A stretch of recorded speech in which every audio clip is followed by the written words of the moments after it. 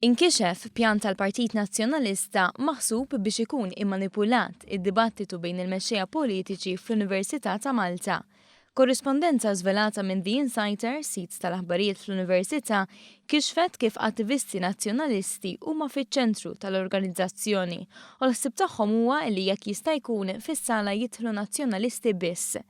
Qed nimmiraw li nkunu 600 kontra 200, ingħad wieħed mill-messaġġi fil-grupp UniDebate.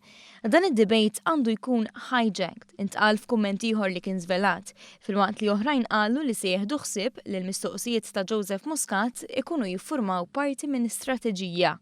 Skont huma għax tal-Università jistgħu jagħmluha għax jifhmu, mhux bħal nies oħra.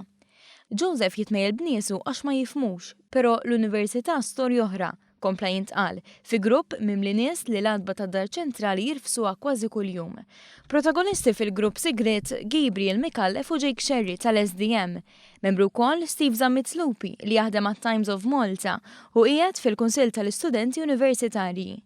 Fil-grupp intqal ukoll li kellu jkun hemm 10 team leaders biex ikollhom kontroll u minn hemm ftehmu li l-konverzazzjoni kellha tkompli fost inqas nies bilan li ma joħroġx it-tarif. Intant l-organizzaturi mhux biss stiednu lil Joseph Muscat, Simon Busuttil u Arnold Cassola li l-partit tagħhom se jkun fuq il-polza tal-vot, iżda stiednu wkoll lil Marlene Farrugia, anke jekk fit-3 ta' Ġunju se tkun kandidat tal-Partit Nazzjonalista bħal kull kandidat ieħor.